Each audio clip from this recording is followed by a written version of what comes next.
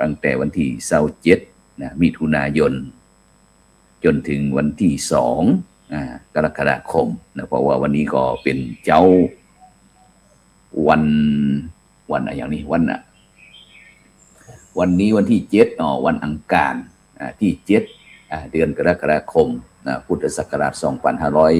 2569ฉะนั้นก็ต้องกราบขอบพระคุณ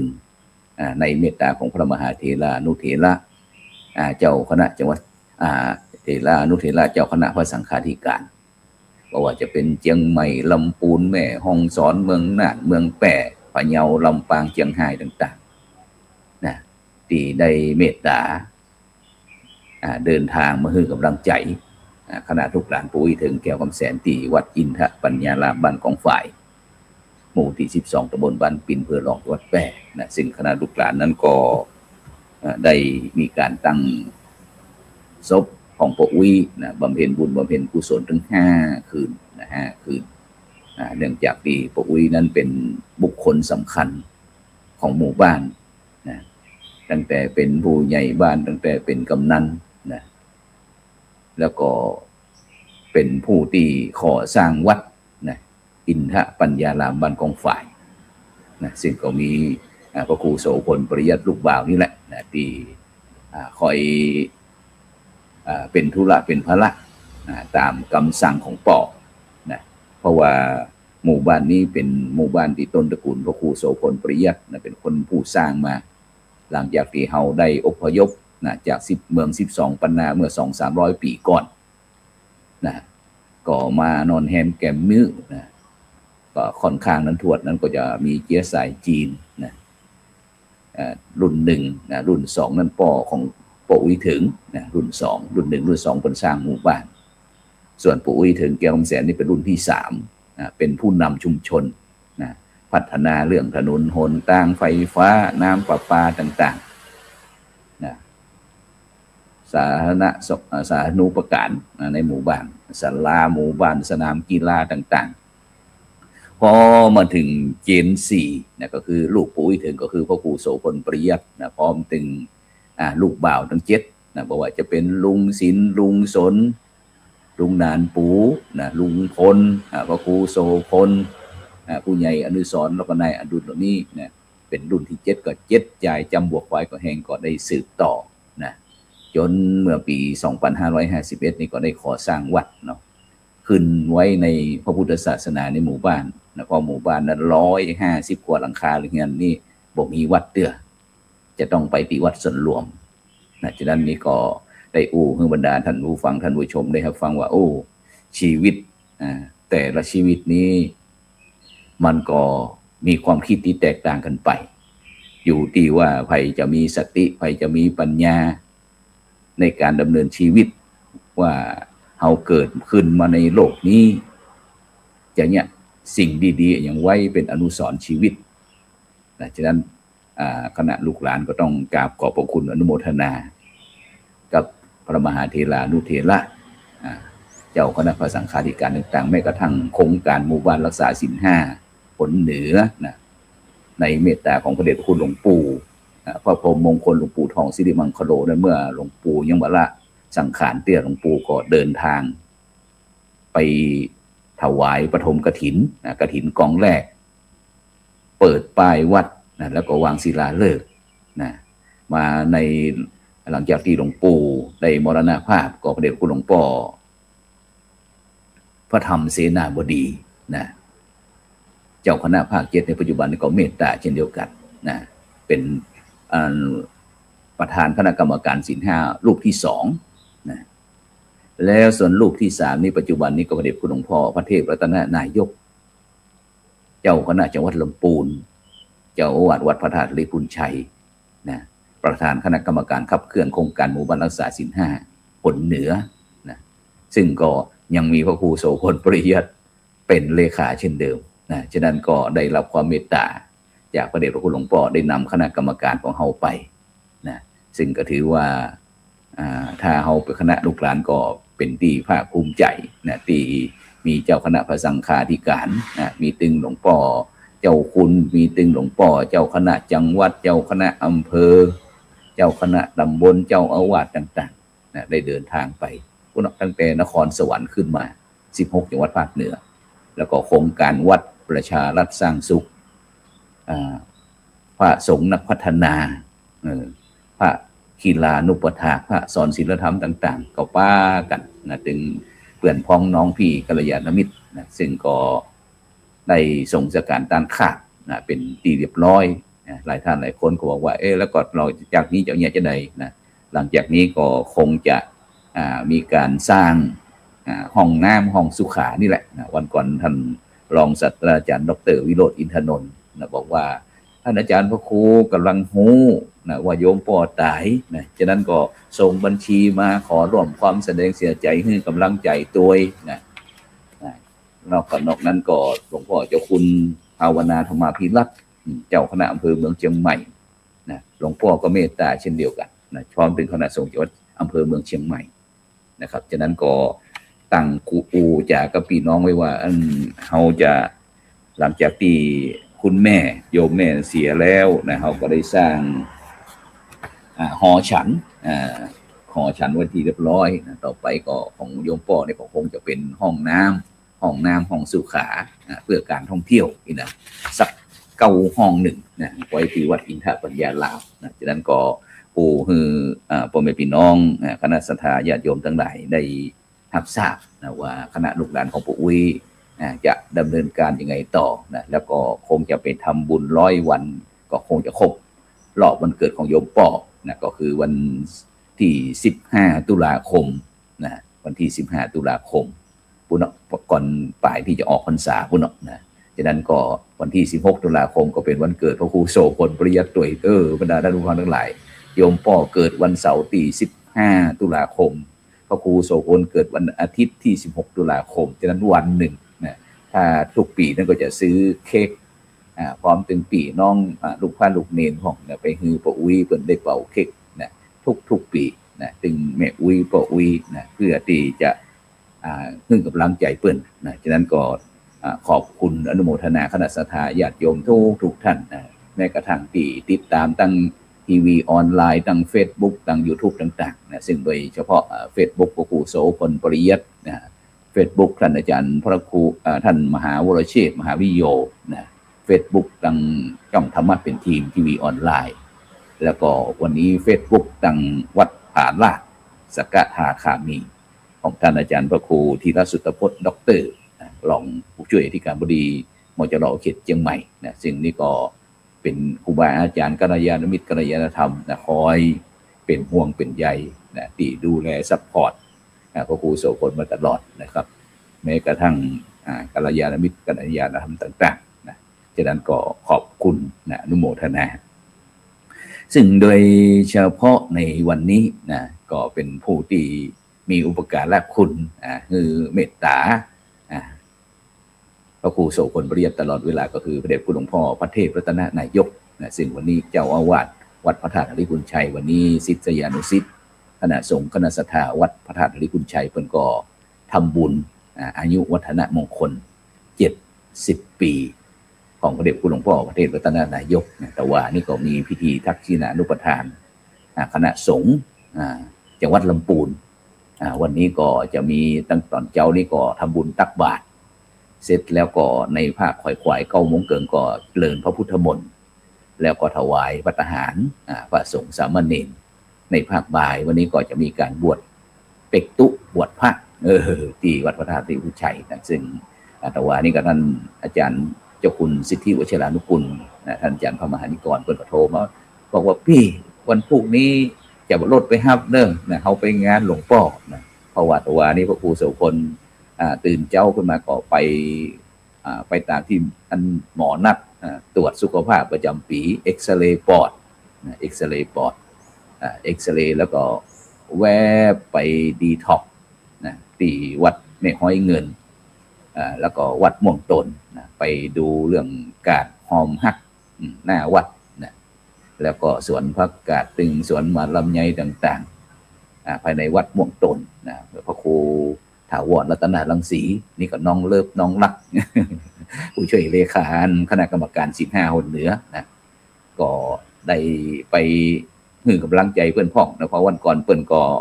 อันไปให้กำลังใจพระครูโสพลนะก็ให้กำลังใจกันไปให้กำลังใจมานะตีปวนแล้วก็น้องนั้นก็ไปตีวัดไม่ห้อยเงินนะพระครูฮิรันสุภาธาดานะเพราะว่าตั้งมหาวิทยาลัยมหาจุฬาลงกรณราชวิทยาลัยเขตเชียงใหม่พร้อมถึงผอฝ่ายวิชาการนะเปิ่นก็ได้เข้าไปเยี่ยมพื้นที่นะเพื่อที่จะใจการสัมมนาพัฒนาศักยภาพนะพระบัณฑิตพัฒนาที่พื้นที่สูงนะจำนวน30 รูปในวันที่10 11 12นะที่วัดไม่ห้อยเงินนะฉะนั้นก็แต่ว่านี่ก็ถือว่าพระครูโสพลได้ดีท็อกนะหลังจากที่แบกภาระนะในการบำเพ็ญบุญบำเพ็ญกุศลในที่ศพโยมปอกนะเรียบร้อยแล้วก็วันนั้นเปิดเป็นให้กำลังใจเฮาวันนี้วันแต่ว่าเฮาก็เป็นให้กำลังใจเปิดในฐานะพระสงฆ์นักพัฒนารุ่นใหม่นะที่จะมีวิสัยทัศน์ก็ค่อนข้างที่จะเอาปัจจุบันแล้วก็อนาคตว่าในอนาคตเนี่ยวัดว่าอารามควรจะทำอย่างไรนะแต่ว่านี่ก็ไปหันเปิดอันเตรียมรอเตรียมเข้าพรรษาเตรียมรอเตรียมเข้าพรรษาเพราะว่าเดือนนี้เป็นเดือนสำคัญบรรดาท่านผู้ฟังทั้งหลายนะแม้อย่างวันนี้ก็วันสำคัญก็คือวันนี้ก็วันอายุวัฒนมงคล70 ปี70 พรรษาของพระเดชคุณหลวงพ่อพระเทพรัตนนายกนะอายุวัฒนมงคล70แล้วนะเลื่อนขึ้นเลข7แล้วนะฉะนั้นก็วันนี้ก็นิมนต์แล้วก็เจริญพรพี่น้องพุทธศาสนิกชนพุทธบริษัทต่างๆนะถ้าใกล้วัดพระธาตุธรีปุญชัยวันนี้ก็เป็นร่วมถวายมุทิตาแก่พระเดชพระคุณหลวงพ่อเพราะหลวงพ่อนี่ก็ถือว่าเป็นพระมหาเถระที่มีคุณูปการต่อพระพุทธศาสนาเช่นเดียวกันนอกจากนั้นก็วันที่28 กรกฎาคมนี่ก็เป็นวันเฉลิมพระชนมพรรษาพระบาทสมเด็จพระวชิรเกล้าเจ้าอยู่หัวในหลวงรัชกาลที่10ของเขานะฉะนั้นก็เดี๋ยวก็คงจะมีรายละเอียดเข้ามาแล้วก็วันที่29วันที่29นี้เป็นวันอาสาฬหบูชาเป็นวันสำคัญทางพุทธศาสนาเป็นวันที่พระรัตนตรัยครบบริบูรณ์ก็คือพระพุทธพระธรรมพระสงฆ์เกิดขึ้นในวันนั้นนะโดยเฉพาะพระพุทธเจ้าได้แสดงพระธรรมเทศนากันแรกเป็นห้องว่าปฐมเทศนาเกี่ยวกับเรื่องธรรมจักรกับปวัตตนสูตรซึ่งโปรดแก่ปัญจวัคคีย์ทั้ง5ก็คืออัญญาโกณทัญญะพระวัปปะพระพัทธิยะพระมหานามะแล้วก็พระอาชชิจนพระโกณทัญญะได้รับฟังพระธรรมเทศนาธรรมจักรกับปวัตตนสูตรก็ได้สำเร็จเป็นพระอรหันต์แล้วก็ขอบวชในพระพุทธศาสนานะเป็นพระสงฆ์รูปแรกทำให้วันนั้นเป็นวันพระรัตนตรัยครบถ้วนบริบูรณ์ในวันที่29เป็นวันอาสาฬหบูชาแล้วก็วันที่30เป็นวันเข้าพรรษานะที่พี่น้องพุทธศาสนิกชนก็ถือโอกาสที่พระสงฆ์องค์เจ้าได้เข้าอธิษฐานจำพรรษาว่าตลอด3 เดือนเนี้ยตั้งแต่แฮม1 ค่ำเป็นต้นไปเนี่ยก็จะบอกไปไหนแต่ถ้ามีกิจธุระที่พระพุทธเจ้าได้บัญญัติไว้ก็สามารถไปได้อยู่นะฉะนั้นตลอด3 เดือนก็ถือโอกาสที่พระสงฆ์องค์เจ้าก็จะได้ศึกษาล่ำเรียนทบทวนสิ่งที่ได้ทำได้เรียนจากครูบาอาจารย์ต่างๆนะแล้วก็ครบ3 เดือนก็เดินทางออกเผยแผ่พุทธศาสนาต่อนะฉะนั้นก็เดือนนี้เป็นเดือนสำคัญเด้อพ่อแม่พี่น้องคณะสัตยาญาติโยมทั้งหลายแต่พี่น้องศรัทธาญาติโยมก็มักจะถือว่าวันเข้าพรรษาก็คือวันที่29ก็คือวันอาสาฬหบูชานะวันที่29เป็นวันอาสาฬหบูชาเป็นวันเข้าพรรษาของคณะศรัทธาญาติโยมก็แล้วกันเนาะส่วนวันที่30พระสงฆ์องค์เณรก็จะถืออธิษฐานเข้าพรรษานะตลอด3 เดือนนี่เป็นต้นนะฉะนั้นก็ทำความเข้าใจเบื้องต้นก็ซึ่งเราก็คงจะได้มาจากันเป็นระยะนะเพราะว่าเดือนนี้นั่นก็มีวันพระแห่งวันนี้ก็วันพระวันนี้8 ค่ำนะวันนี้วัน8 ค่ำแล้วก็ปุ๊บนะจนถึงงั้นวันที่29คืน15 ค่ำคืน15 ค่ำวันนี้เป็นแฮม8 ค่ำศีลน้อย แล้วก็14ค่ำก็เป็นศีลใหญ่แห่ง15ค่ำแล้วก็วันที่22นั้น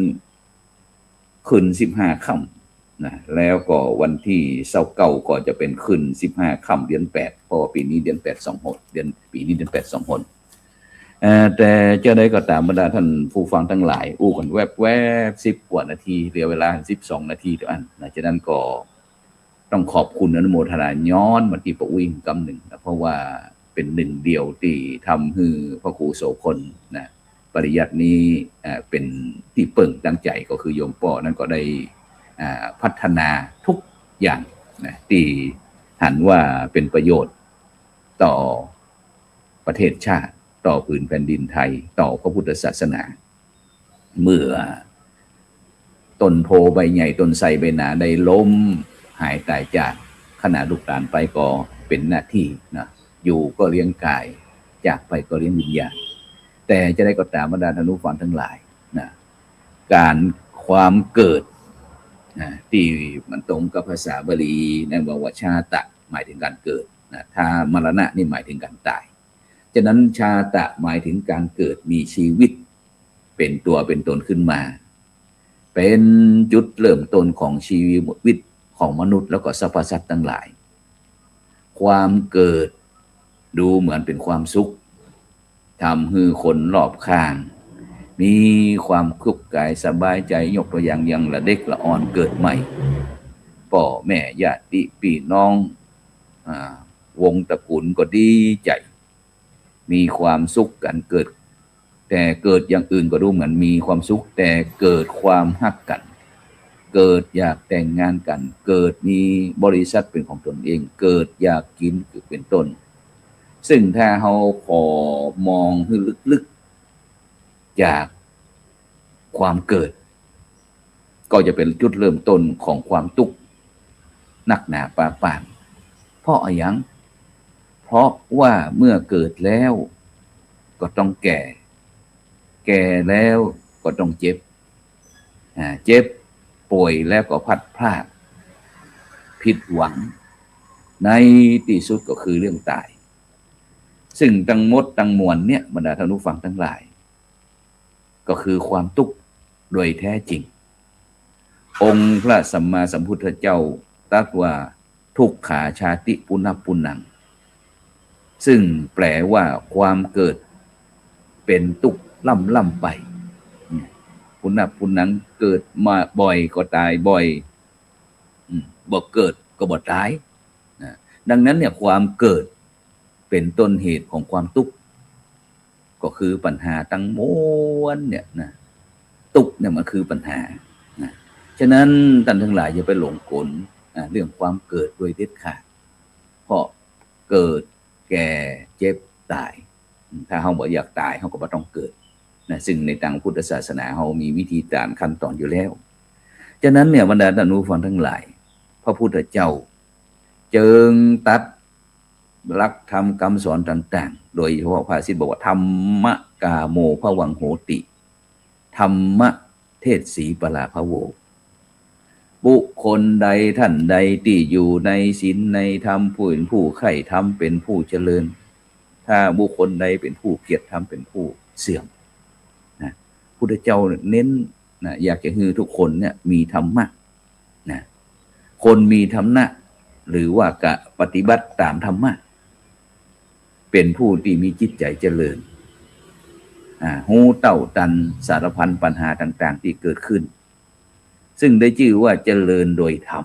เพราะว่าจะทำดีตั้งกายตั้งวาจาตั้งใจเจริญโดยปัญญานะก็คือหูดีทำดีหูชั่วละเว้นจากความชั่วและการกระทำต่างๆของบุคคลที่มีธรรมะจะมีถูกเป็นส่วนใหญ่ผิดเป็นส่วนน้อยที่มันลุดลอดมาหรือว่าอาจไม่ผิดเลยก็ได้ซึ่งก็มีแต่ความเจริญมีวัฒนะเพราะว่าจะเป็นเรื่องการยืนเดินนั่งนอนกินดื่มทำพูดคิดต่างๆฉะนั้นเนี่ยบรรดาท่านผู้ฟังทั้งหลายการแก้ไขการปรับปรุงตนเองโดยมีสติโดยมีปัญญา คอยครอบคลุมอยู่เสมอเป็นประจำถือว่าเป็นเรื่องสำคัญนะเป็นนิสัยของคนที่เจริญแล้ว หรือว่าเป็นคนที่มีธรรมะส่วนบุคคลใดท่านใดที่บ่ฮู้จักแก้ไขปรับปรุงตนเองเลยมักเอาดีใส่ตัวเอาชั่วคือคนอื่นนะตนเองบ่เคยผิดแม้กระทั่งเหมือนกับที่เหตุการณ์ที่เกิดขึ้นที่เรื่องพระสงฆ์องค์เจ้าได้เดินธุดงค์แล้วก็เด็กละอ่อนได้ขับรถมัดลูดนะทำให้เกิดการสูญเสียขึ้นมานะแม้กระทั่งทำความผิดนะแต่ก็ไม่ผิดบอกว่าตนเองไม่ผิดผิดที่ตุเจ้ามาเดินถนน เนี่ยบรรดาท่านผู้ฟังทั้งหลายฉะนั้นนิสัยของคนที่ยังบ่เจริญหรือว่าคนบ่ดีเนี่ยเหมือนกับคำพูดที่ว่าคนดีชอบแก้ไขคนจังไรชอบแก้ตัวชนี้เป็นต้นฉะนั้นเนี่ยบรรดาท่านผู้ฟังทั้งหลายโดยฐานะที่เป็นพุทธบริษัทเป็นเจ้าพุทธที่ยอมรับพระรัตนตรัยเป็นตีเปิ่งนะพุทธังสรณังคัจฉามิธัมมังสรณังคัจฉามิสังฆังสรณังคัจฉามิขอพระพุทธพระธรรมพระสงฆ์เป็นที่เปิ่งฉะนี้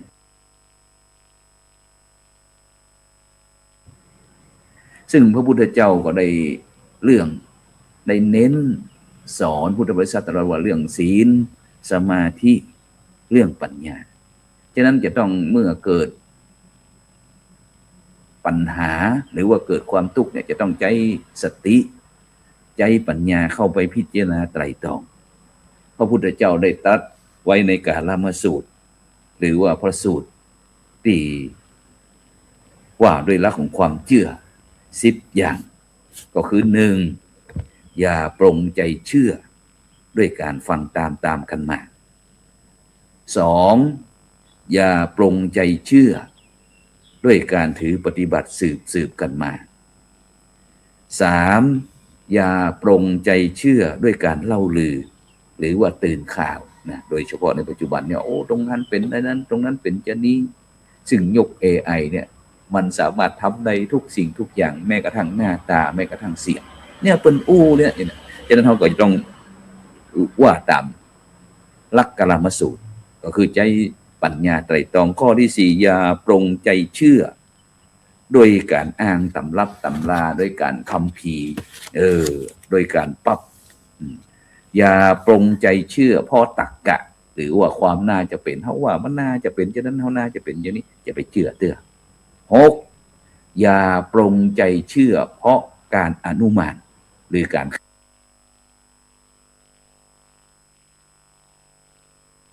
คาดเดากันเองนะเฮาคาดว่านะเฮาว่าเปิ้นว่านะ7อย่าปรงใจเชื่อด้วยการคิดตรองตามแนวเหตุผลมันมีเหตุมันมีผลจะไปฟังเชื่อเด้อ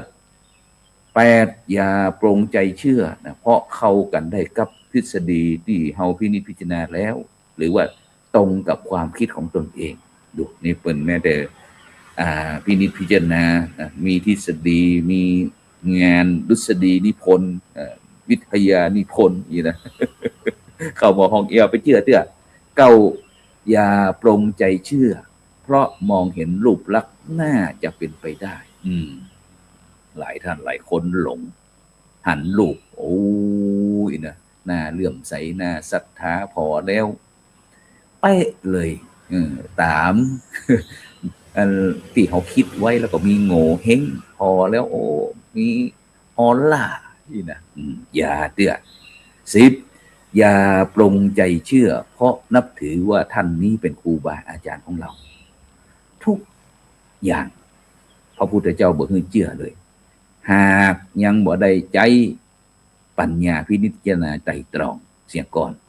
ปัญญาก็คือเรื่องความรอบรู้ความฉลาดเป็นเครื่องมือกำจัดโมหะความโลภะโทสะโมหะก็คือเรื่องความโลภความโกรธความหลงความโง่เขาเมาปัญญาคือใจ ปัญญาพิจารณาไตร่ตรองให้ดีก่อนที่จะเชื่อใครหรือว่าเชื่ออะไรจะได้บ่ผิดหวังหรือว่าโดนหลอกเหมือนกันคอเซ็นเตอร์ในปัจจุบันเนี่ยนะฉะนั้นก็ในเช้าวันนี้นะก็ในช่วงปีบรรดาท่านผู้ฟังท่านผู้ชมอาจจะผิดหวังหลายๆเรื่องหลายๆราวหลายๆสิ่งหลายอย่างบ่เป็นไปตามที่เขาคิดบ่เป็นไปตีเขาคาดหวังนะเหมือนกับพระครูโสพลได้บอกว่าคาดหวังว่าเห็นโยมอุ้ยแม่ของปู่อุ้ยถึง94ปู่อุ้ยถึงก็ประมาณ94หันพี่สาวอุ้ยถึง92 70ก็คาดว่าปู่อุ้ยถึงก็น่าจะผ่าน90ไปแล้วแต่ไม่เป็นอย่างที่คิดนะฉะนั้นพุทธเจ้าบอกว่าตัดในกาลามสูตรนะฉะนั้นก็ อยากจะเป็นกำลังใจนี่กับบรรดาท่านผู้ฟังท่านผู้ชมทุกท่านนะที่ได้พบ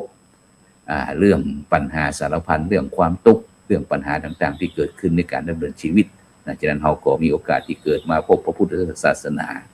เกิดมาในผืนแผ่นดินไทยแล้วก็เกิดเป็นคนไทยโดยมีชาติศาสนาพระมหากษัตริย์เป็นที่รวมจิตใจของคนไทยทั้งชาตินะฉะนั้นก็ในวันที่10นี้นะ10 กรกฎาคมนะคณะสงฆ์ไทยเรานะมหาเถรสมาคมพร้อมถึงโครงการหมู่บ้านรักษาศีล 5ก็จะได้มีการมอบโล่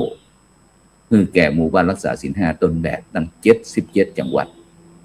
นะที่พุทธมณฑลนะจังหวัดนครปฐมนะซึ่งได้รับความเมตตาจากพระเดชคุณหลวงพ่อเจ้าพระคุณสมเด็จพระมหาราชมงคลมุนีประธานคณะกรรมการโครงการหมู่บ้านรักษาศีล 5นะคณะเจ้าของโครงการนะพร้อมถึงพี่น้องพุทธศาสนิกชนนะหน่วยงานภาครัฐภาคเอกชนต่างๆก็จะได้จัดพิธีมอบโล่หมู่บ้านรักษาศีล 5ต้นแบบประจำปี2568นะที่พุทธมณฑลจังหวัดนครปฐมแล้วก็ในภาคบ่ายก็จะมีการประชุมมอบนโยบายคือคณะกรรมการหมู่บ้านรักษาศีล 5ทั่วประเทศเพื่อที่หลังจากที่เข้าพรรษาแล้วก็จะได้เริ่มดำเนินการซึ่งในปัจจุบันนี้แต่ละหมู่บ้านนั้นก็ได้ส่งแต่ละจังหวัดก็ได้ส่งชื่อหมู่บ้านรักษาศีล 5ต้นแบบของแต่ละจังหวัดมาเรียบร้อยแล้วนะเพียงแต่รอกำหนดวันเท่านั้นฉะนั้นก็ต้องขอบคุณอนุโมทนากับทุกท่านนะที่กดติดตามกดไลค์กดแชร์เพื่อเป็นธรรมทานยิ่งแชร์มากก็ได้บุญมากแชร์น้อยก็ได้บุญน้อยไม่แชร์ก็ไม่ได้บุญสำหรับในเจ้าวันนี้อายุวันโนสุขังพระลัง